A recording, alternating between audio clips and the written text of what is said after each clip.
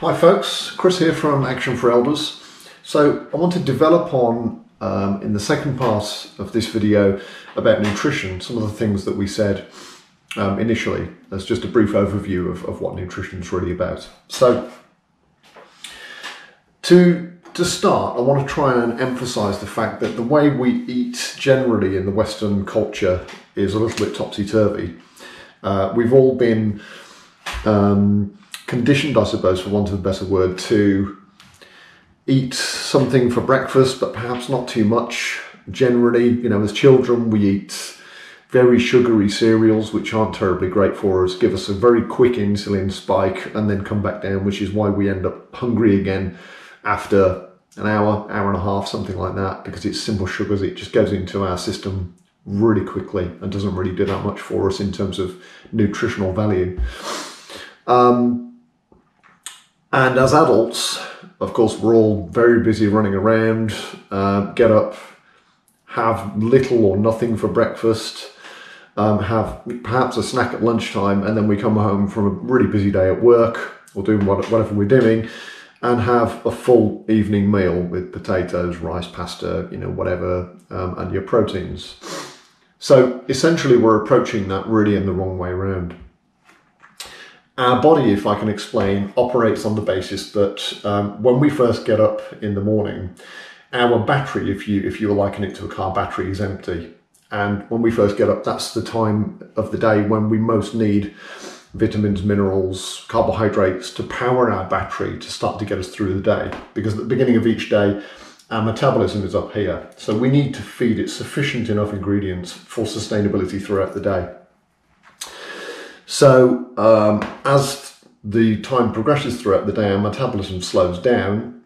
By the time when we reach the evening, our metabolism slowed down sufficiently enough that if we give it too much, it doesn't know what to do with it, because our body's energy has been mostly used throughout that first portion of the day. So our body kind of goes, oh, hang on a minute, what are you giving to me? I don't know what to do with this now, because I've got no way of using it, because our metabolism slowed down. So I want to start with really basic stuff. Okay, so we'll start by talking about fruit. Fruit is an essential part of our diet, gives us vitamins and minerals, and essentially wakes our system up. Okay, so one of the fundamental mistakes that we make in eating fruit is that we tend to eat fruit after a meal. Okay, and what happens is that fruit ferments on top of, if you imagine we've already fed ourselves with a full meal, it ferments on top of that. Okay, so eating fruit on an empty stomach generally is the way forward. That's the way to go. Okay, so you're looking at bananas, blueberries, an apple, although you have to be careful with apples because some people, it can create like an acid reflux. Okay, so maybe it might be that you have a piece of an apple or half an apple rather than the whole one. Try and judge and measure what's right for you. And I think that's what all of this is about, is that we all operate differently.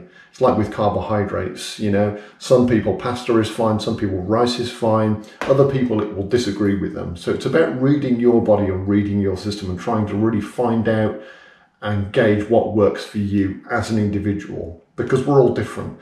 What works for one person won't work for somebody else.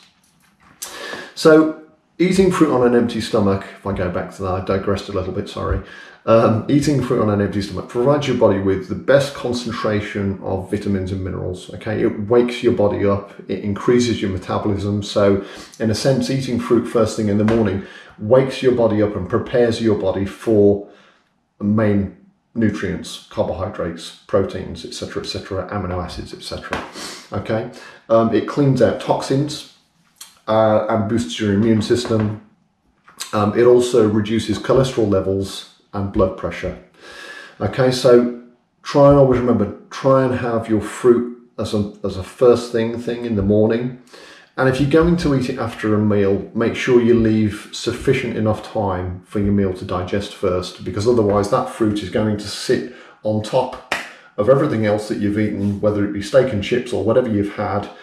And because it can't feed through to the areas, because you've already got that main meal there, it's just going to sit on top and ferment, okay, which is where you get acid reflux, heartburn, indigestion, and these kind of things. Okay, to break it down, the sugar in the fruit ferments, because if it's digested with proteins, that's where you get your bloating and your heartburn. They just don't work well together. Okay, moving on to it's the same as carbohydrates. Carbohydrates don't work well together if you eat them together. Okay, take for instance a potato. It's fine by itself. If you have a baked potato or a boiled potato, it's fine.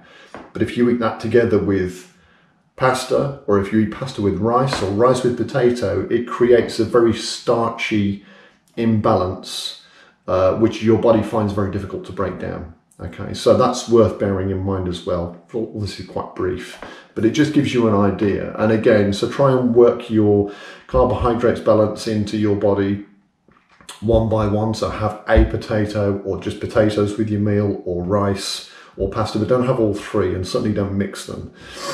Okay, so that's an important point to remember as well.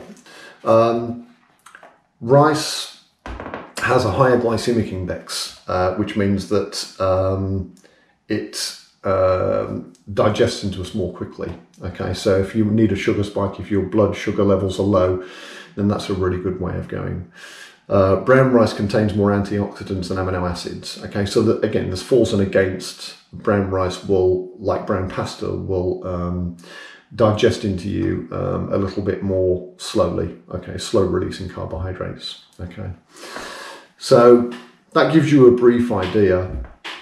One of the other things I want to touch on today's video, just before I go, is water. Okay, big mistake that a lot of people make with water is they have iced water. Okay, it's really not a good idea. Okay, ice cold water contracts your blood vessels. Okay, this restricts digestion. And it hinders the process of absorption of the nutrients during digestion. Okay, so whenever you go to a restaurant, or if you're at home yourself or whatever, even if it's a hot day, it's always better to have just a normal glass of water at room temperature. Okay, always, every time out of the gate, just have normal room temperature water. Ice cold water is just not a good idea at any time of the day, and especially if you're eating it with a meal. Okay, it's a shock to your system. All right, so I hope you found that useful today. Please keep an eye on our YouTube channel. There'll be more videos being released shortly on this subject and on many others. Please feel free to leave comments, and we'll speak to you again soon. Thanks very much. Thanks for watching. Take care now.